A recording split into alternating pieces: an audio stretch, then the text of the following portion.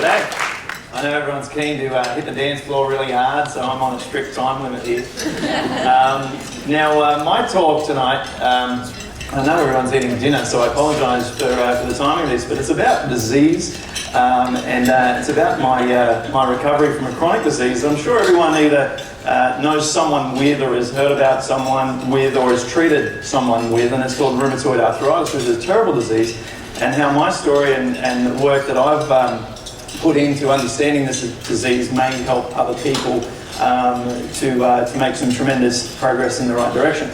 And if we were to talk to medical doctors and rheumatologists around the world about the fact that I'm speaking at a natural health conference about a digestive focus in my talk, I'm sure most of them would say, why are you even bringing up rheumatoid arthritis in the same sentence as digestion? Because as far as most of the medical community is concerned, because I've spoken to many of them, there is no relationship or barely any at all. And so I hope to, in the next 30 minutes, put forward an incredibly compelling case that rheumatoid arthritis is a digestive disorder and that we should be treating it as such, as the prime focus of trying to get people well from this disease. So, why does it matter? Rheumatoid arthritis is not, a cancer, and it's not a heart disease, but it does affect 2% of almost 2% of the world's population. And as far as Australians are concerned, that is the same number of people as everyone in Canberra and Queanbeyan combined. So that is a lot of people who are suffering. Yeah, not just from their location and weather, but now it's an inflammatory autoimmune disease that really is a shocker. So don't for a second forget and confuse osteoarthritis with rheumatoid arthritis. Rheumatoid arthritis, of course, is a progressive, aggressive disease that goes about tearing apart the body, and it genuinely ruins lives. And so this is the kind of thing that an untreated person with rheumatoid arthritis could experience in under 20 years. And it doesn't just affect the hands, as we'll see very shortly.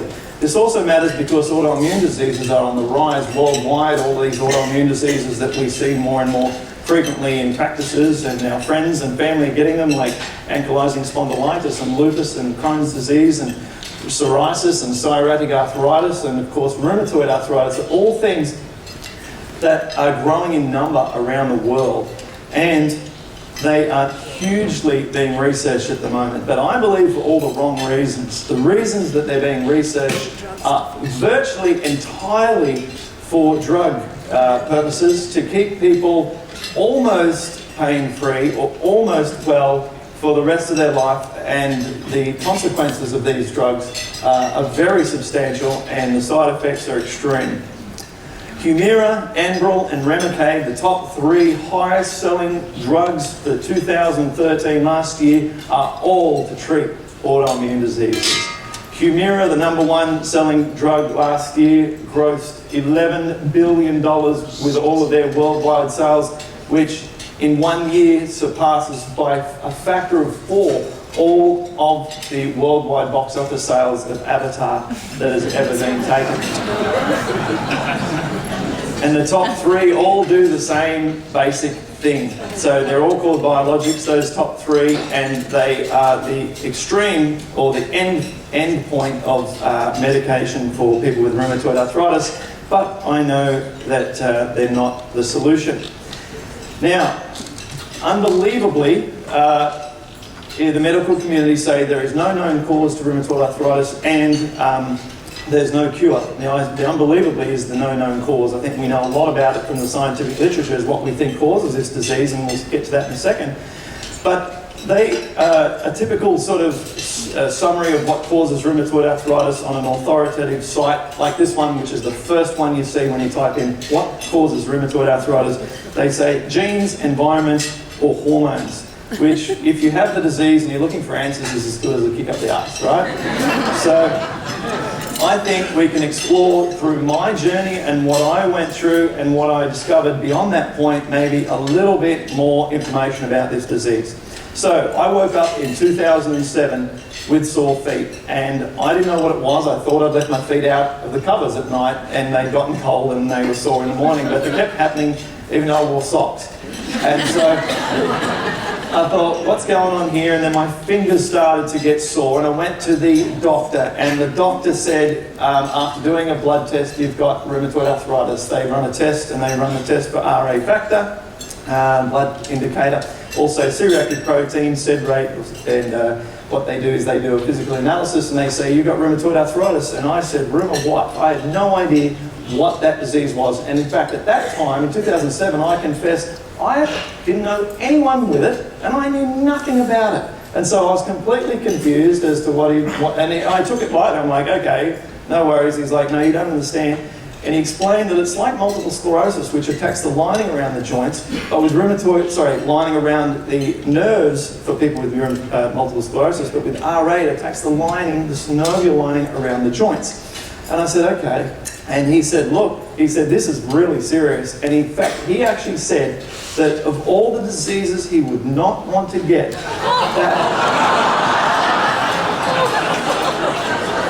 that would be at the top of his list.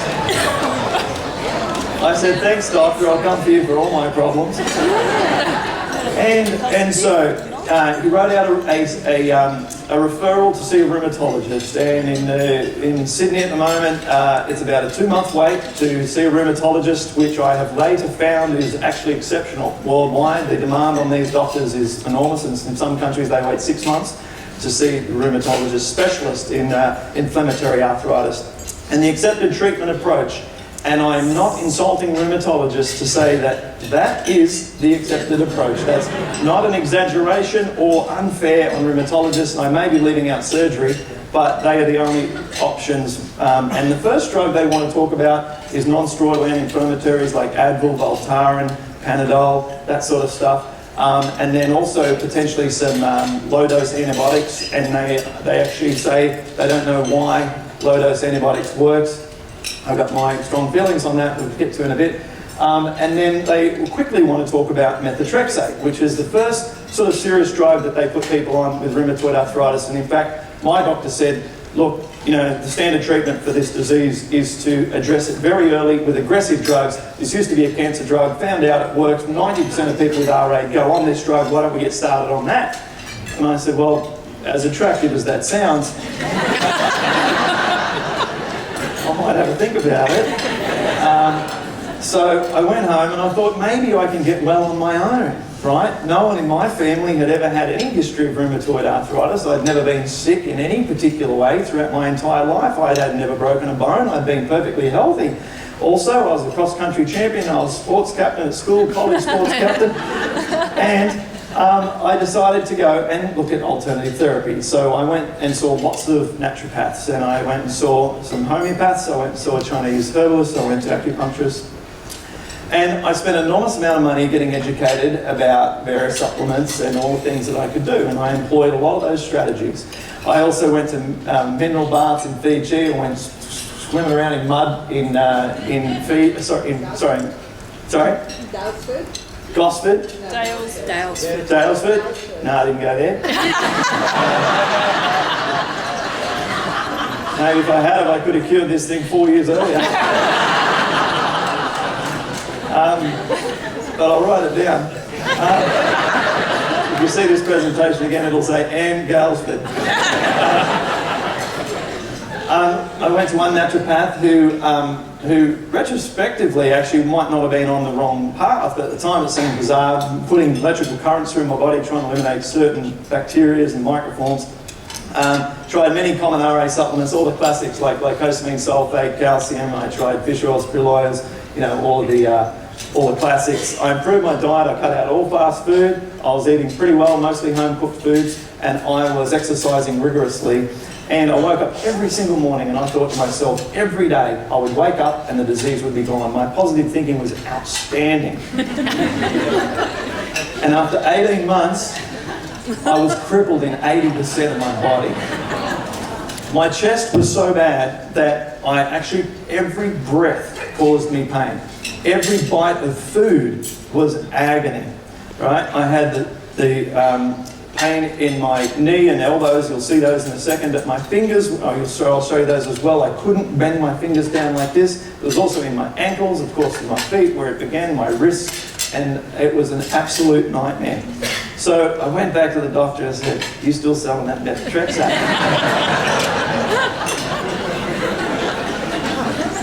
So I got on the drugs. But within 6 months of being on the drugs, I had to go and have a complete synovectomy in my left elbow because although the drug dropped my pain levels by about 50%, I still had pain and I was having to increase my methotrexate on a regular basis, and all my natural efforts were still being continued. But this machine I had to go on after a very serious surgery for 10 hours a day for 8 weeks. And I was on that machine. My actual 13-year career is, strangely enough, stand-up comedy. I've been doing that for 13 years.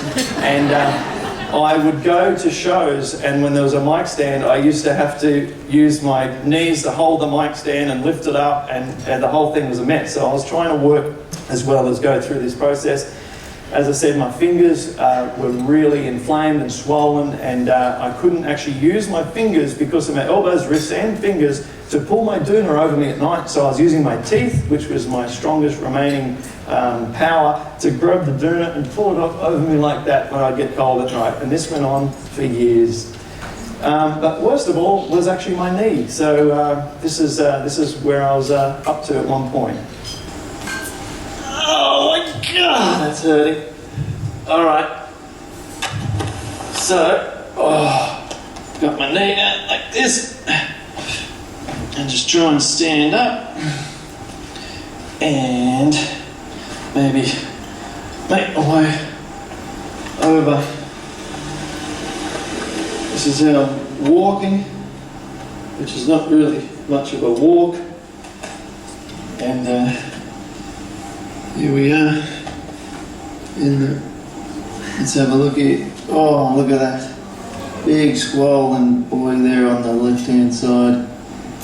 Right, so when that's the situation, and that's only the joint that's in camera, all the other things are going on as well. So that's hell on earth. And I had chronic fatigue from the drugs because one of the side effects of an autoimmune disease is fatigue, because your body's trying to eliminate all of the circulating immune complexes from the body. It's very exhausted. But on top of that, the drugs really make you shock and fatigue. So I was like a walking zombie. I felt like part of my personality was actually eradicated. I wasn't the happy person that I usually am. And so the worst thing of all, though, was that we were sitting in the rheumatologist's office, and my beautiful wife, who supports me and has done right from the start, used to come to every single visit, and we were sitting there, and the doctor said, "We have to take you to the maximum dose of methotrexate."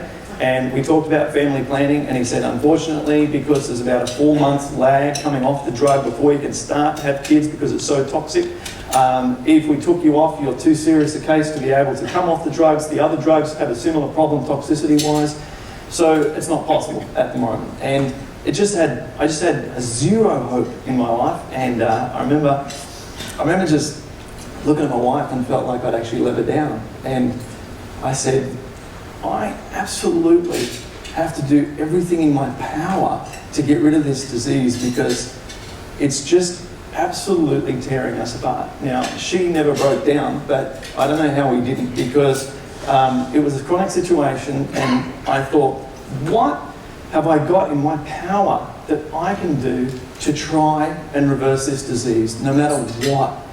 And so I thought about my background. I have I know in this country we have the tall poppy syndrome. We don't like to say positive things about ourselves for too much. But I did really well at university. I did laser physics honours degree. I got the highest university thesis grade in maths, physics, computer, electronics that had ever been issued at my university.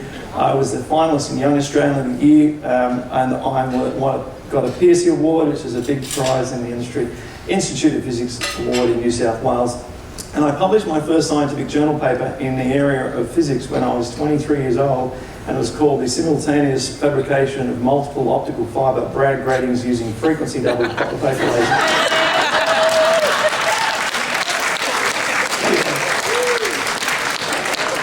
And so I thought, maybe I can kick some RA ass. And so what I decided was to research what the real cause of rheumatoid arthritis is and to put a stop to it. Now, at the time, I was naive as to what I was trying to take on. I calculate now that I've spent longer researching and studying rheumatoid arthritis than the 4 years of honours degree that I did at Macquarie. However, I went about it with incredible determination. I studied 50 scientific journal papers. I spent thousands of hours, like a lot of people do on the internet, reading every thing they can about the disease, and I decided to buy every book imaginable, treatments, possible causes, management systems, the whole lot. I also bought 2 books, the only 2 books on Amazon at the time, and I think they're still the only 2 books for the moment, for previous sufferers from rheumatoid arthritis who claim to have recovered from the disease. And both of them involved radical changes in diet, despite what I was hearing from every doctor that I was seeing. Now, one was called Freedom from Rheumatoid Arthritis, and the other was Conquering Arthritis by Barbara Allen, who became one of my mentors and spoke to me over Skype several times on the phone, and was influential to getting me in the right mindset at the start of trying to work this all out. Now, I was studying the relationship between the digestive system and autoimmune conditions because I was certain that if 2 people could do it with diet, it had to and it's something to do with the digestive process. But it didn't all start to go to a whole new level until I had something I now call the cherry incident. I was driving back from Orange with my wife, and I pulled over and bought a whole bunch of cherries from Woolworths. I stuffed them down my throat and I ignored the fact that I didn't wash them and they'd been imported from the US. That night, I had the biggest spewing and diarrhea episode of my entire life as I got food poisoning to the max. And for the next 24 hours, I purged from both ends, vomiting, diarrhea, and I actually had a television appearance the next morning. 5 minutes before I went on Sunrise in the morning, I was on the toilet letting fly, and then I did the spot on TV and then went and spewed, so it was great. But and then I went back home, but I was in the best mood ever because although I'd been up all night in the toilet, because unbelievably all the pain had gone. All the pain had gone. So I went back and started searching for this. I shifted across to fasting and diet and juice fasting and stuff, and found in one study that had been done in 1988, 14 out of 14 people who went on a water fast with rheumatoid arthritis, all dramatically improved. And I thought, there could not be more evidence in my mind that I need that if everyone with rheumatoid arthritis stops eating, they feel amazing. Right? And so I thought, all I need to work out is how to achieve these results without having to vomit and diarrhea for the rest of my life. Okay, and so I began some of the biggest experiments. I've never met anyone who's been to this level of intensity to try and get rid of something. Now, maybe I'll come across someone soon, but I did juicing and raw foods. What I did is I lived off green smoothies. I drank an enormous amount of wheatgrass and fresh cucumber and celery juice. I used to just put everything through the juicer. I was eating salads like a crazy person, and I lived off soaked almonds, soaked macadamia nuts, and soaked pumpkin seeds alone for 8 months. Right? Not because I wanted to find out. Yeah. Well, it was tough times, let me tell you. So our trips to the grocery store every day just used to look like that. And after 8 months, I was getting better. And I was not all the way better. I still had, let's say, 10% of the pain still left.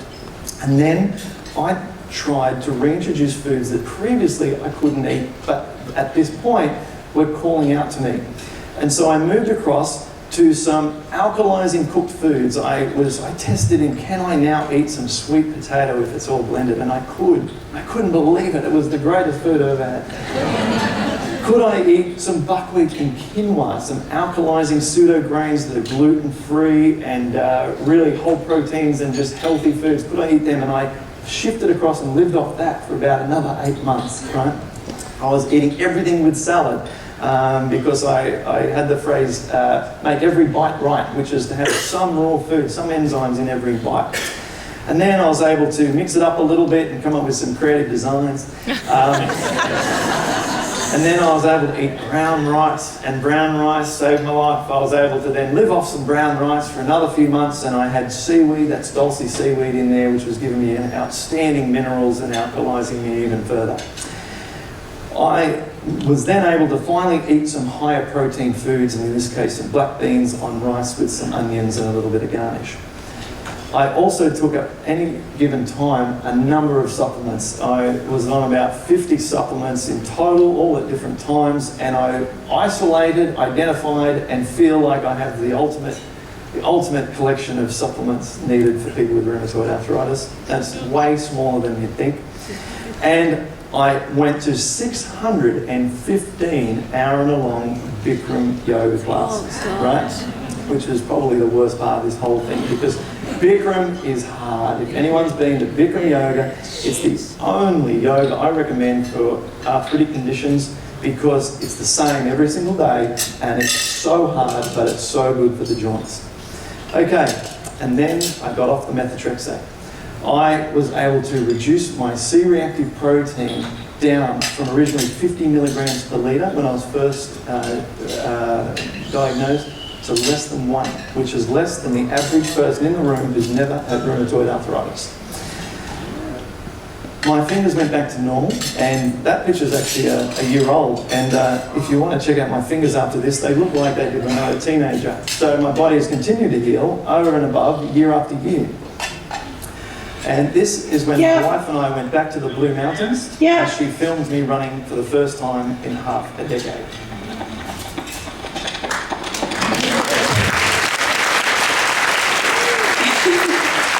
Go, honey!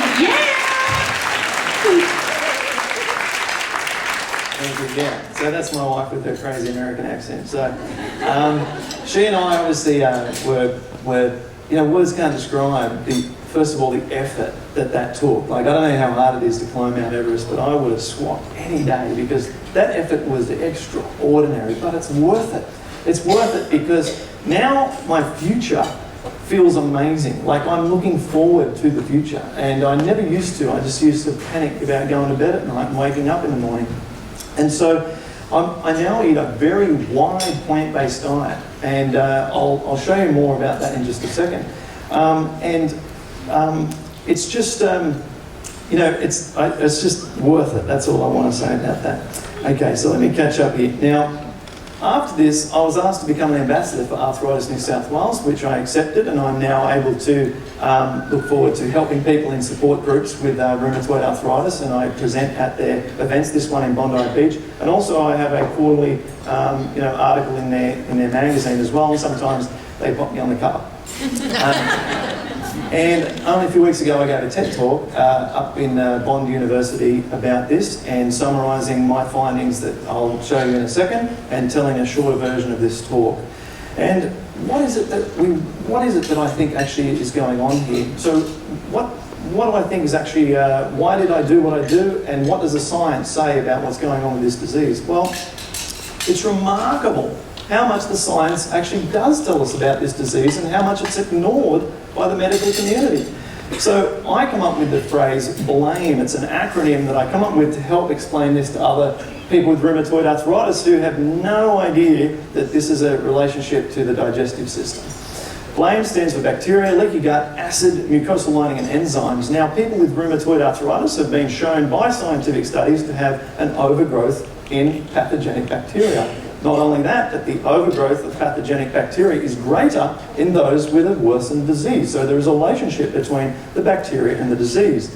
We all know in this room about leaky gut and how particles pass through the intestinal wall into the bloodstream, creating an antibody to that antigen, and then that creates a circulating immune complex. And that circulating immune complex in people with rheumatoid arthritis can get lodged in the small capillaries of the joints, and this triggers an inflammation response. People with rheumatoid arthritis have been shown not to have sufficient amounts of gastric acid, hydrochloric acid, inside their stomach. So what's happening is that particles, and most dangerously for people with RA, proteins are getting through undigested and reaching the intestines. Now, instead of being broken down into their safe and harmless amino acids that can pass into the bloodstream and create new proteins for your body, these undigested proteins are being presented at the gut wall, passing through the gut wall where they should not be, and they should be confined to the intestine. They get in there, and then the worst thing happens for people with RA. What happens is the body sees this incompletely digested protein and says, that's an antigen. The body creates an antibody to a protein, and now you're in shit. Because what happens next is that if this happens in large quantities over a long period of time, a state and a fateful day can occur where you get molecular mimicry.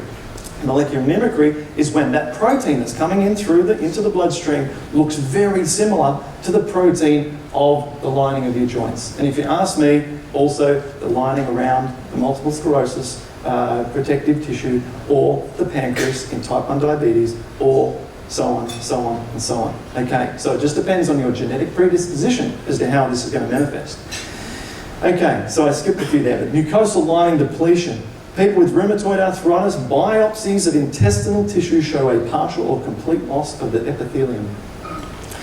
So enzymes, and this is why I ate so much raw food, because as we age, we lose enzymes, our ability to use those little scissors to break down our foods from proteins to amino acids, carbohydrates to simple sugars, or fats to fatty acids. And as we lose that ability, stuff gets through into the bloodstream that shouldn't be there. Okay, so what causes this? We all know that stress does it, but I'm going to start with stress because it's actually not the biggest problem. We want to get this out of the way, and we want to stop using stress as a scapegoat for every problem that everyone gets. However, yes, stress has been shown to affect the bacteria of people's intestines, and they did a study on students, the day of the exam of the students, they had 50% less bacteria in their intestines than what they did a week before the exam, and it takes 5 days for that to replenish itself. Okay, so we know that stress directly affects the bacteria in our gut. But this is one of the biggest killers. Long-term medications, the exact precise medications that people with RA get put on immediately. They are the non-steroidal anti-inflammatories. They increase gut permeability. They open up the holes in the intestines, allowing more particles through. I went on Voltaren for 3 weeks when I first went to rheumatologist. I reckon my disease symptoms doubled in 3 weeks because I got off it and thought, how am I going to be without it? And I was in a shocking state. The only one being shown not to cause leaky gut is aspirin, and so it's a great alternative to recommend aspirin for those people who aren't yet able to get off these non-steroidals because it doesn't cause the leaky gut. Okay, processed acidifying foods, obviously these things are not obviously good for the intestines, but here are some that are more controversial, not in my mind, but in the public's mind. People want to eat meat, but for people with rheumatoid arthritis, it's one of the highest dietary links, and that's because meat looks like our meat. These proteins getting through into our blood look very similar to the proteins from cows, pigs, poultry. And so if we try to avoid molecular mimicry, we don't want proteins that look like our own body. And so we can obviously make the connection that broccoli proteins don't look much like your synovial lining. Okay, finally, one of the worst things, a complete dietary hazard, is dairy products. And I think the very first thing that should be said when someone sees a rheumatologist with rheumatoid arthritis is, are you eating dairy products? And if you are, come back and see me in a month, and maybe you won't even need to see me again, because it's that serious. One woman in a study who had RA for 11 years, she went off dairy and she was fixed like that. Another study, 7 out of 15 went into remission by just coming off dairy products. Unfortunately, it's not always that easy, and I question the went into remission and what that definition means, but let's say improved a lot. All right, now here at Metagenics, not that I want to say here at Metagenics, I've attended seminars of Metagenics, and this is very much in line with the stuff that we already know. And if I can draw your attention to this statement here, excess animal protein, simple sugars, gluten, casein, which is the protein from milk and dairy, all dairy products, and chemicals such as preservatives have been shown to alter the gut flora composition and change the pattern of bacteria metabolite from a beneficial to a toxic one. So far, this has been recapping what we already know. However, the scientific studies support this so heavily for rheumatoid arthritis. So when these things all consistently occur over a long period of time, then you can end up manifesting a disease that is incongruent with your genetic predisposition. So a successful formula for treating rheumatoid arthritis, real basic, we've got to have low fat. It causes leaky gut. So people, like personal experience, I used to have oils on my salad. My wife always wanted to make your salad nice. I did. And as soon as I got rid of the oils, I made another step forward. I used to buy a coconut and I'd drink the water and then eat the meat because I wanted to get more value for my coconut. However, drinking the water did nothing. Eating the meat set me up in pain the next day. The fat, when you have a severe leaky gut, aggravates the leaky gut and has to go. Avoid all animal-based proteins from the point of view of molecular mimicry. And we need a clean fuel, which is a clean fuel like basic, complex, quality carbohydrates. Okay, now this is the same kind of approach that's used to prevent heart disease and totally become heart attack proof, if that's of interest to anyone, which is what Dr. Esselstyn's been showing for the last 15 years. And also it's the same exact formula that will totally reverse type 2 diabetes. So what's it do for rheumatoid arthritis? Well, following this process through what Dr. John McDougall, one of my heroes, did several years ago, in 4 weeks, on average, people with rheumatoid will reduce their C-reactive protein by 16% and they will cut their RA factor down 10%. And that will continue with time, and therefore this should be a no-brainer. Instantly follow this process. It's quality, wonderful foods that I believe we're meant to eat, but I think we can do better. So I have put together an advanced program on this, which is plant-based, sugar-free, gluten-free, elimination diet to avoid food sensitivities and known RA aggravators. And what we need to do is we need to do an elimination diet and reintroduce specific foods. I like to use foods like supplements, and I find them very effective. For instance, you can assist your protein digestion by eating papaya, right? I found this people use it as meat tenderizers because it's got those proteolytic enzymes in the papaya. Eating them before and with meals, they're delicious and they're very effective.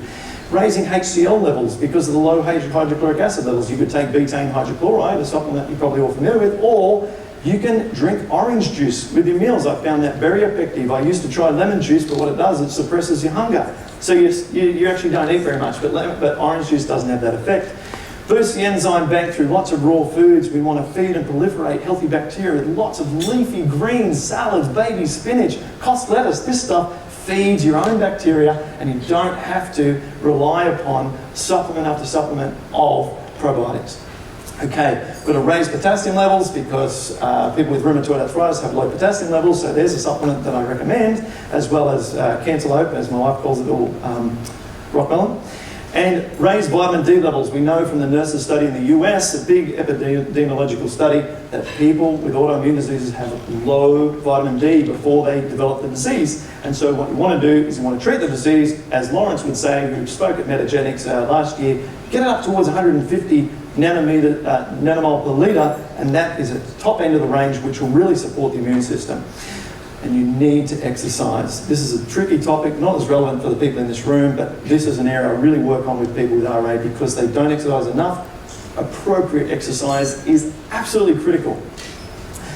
And what would happen if you do all this on top of the early diet and you put all this together? The results are absolutely phenomenal.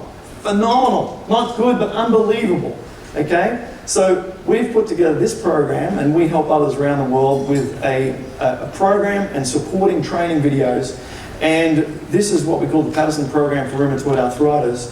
And we have now reached people in 49 countries around the world, and we have managed to change lives. We've reached a lot of people. In fact, this is yesterday's screenshot of my number of emails I've had in the last 2.5 years to this account. 7,468 emails from people with rheumatoid arthritis asking, and most of it is for free advice, which we give out.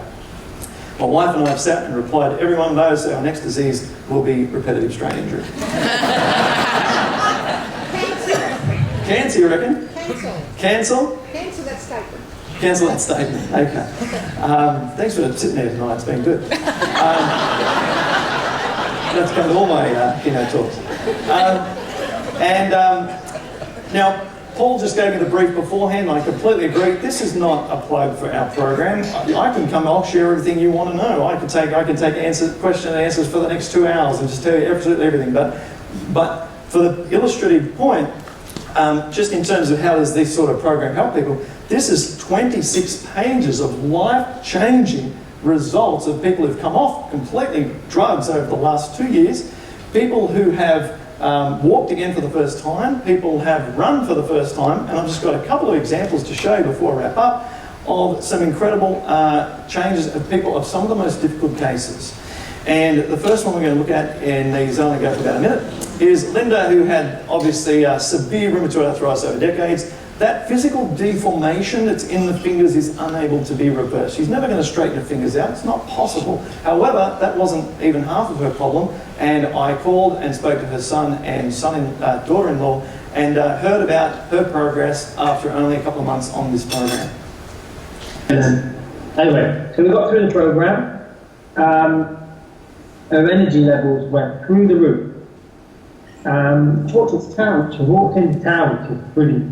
Right, and was she not, she wasn't walking before that? She wouldn't walk 2 paces, no.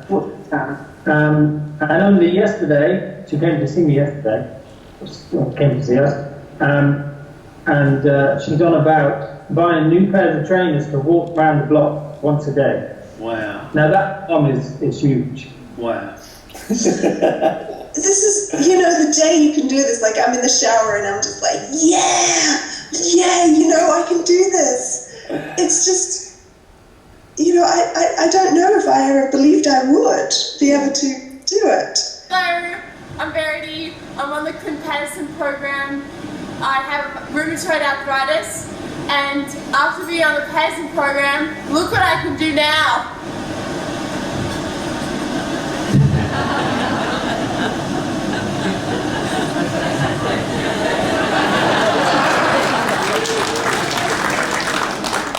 That's right. And when you can run, she hadn't run in 2.5 years. It feels good. So, in conclusion, there is so much that can be done with this disease.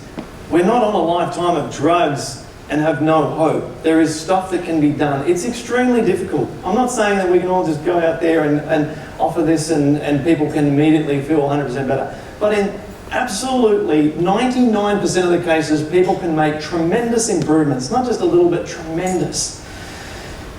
People with RA, they don't want the toxic drugs. They don't want to look forward to graduating, so to speak, to Humira after every other drug fails them. They want to know more, the public want information, and they want to get well. And I believe that there is hope for people with this disease. This isn't a life sentence. This isn't absolutely game over for you in your life. There is things that you can do. And I hope that with the people in this room, and if anyone wants to come and talk to me, I'll be at the back of the room throughout the night. And we can talk about ways that we can spread this message more, because this has become one of the most important things in my life, which is helping people with this disease. Because there is hope for this disease. And one of the big motivators for my wife and I going through this whole process was so that we could have children one day. And 2 months ago, on the 5th of April, our little Angelina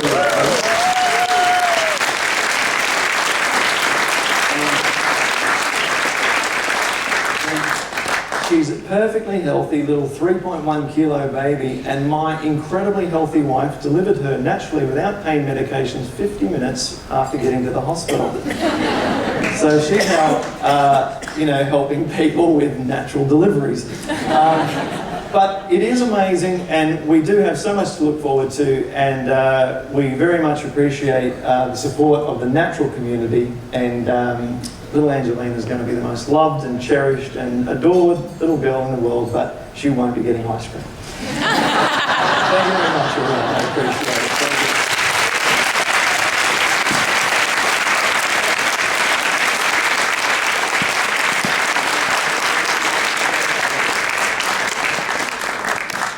Clint, thank you so much. It's a fantastic and incredibly powerful story. And folks, I'd just like to ask you to please show Clint your appreciation. That's all.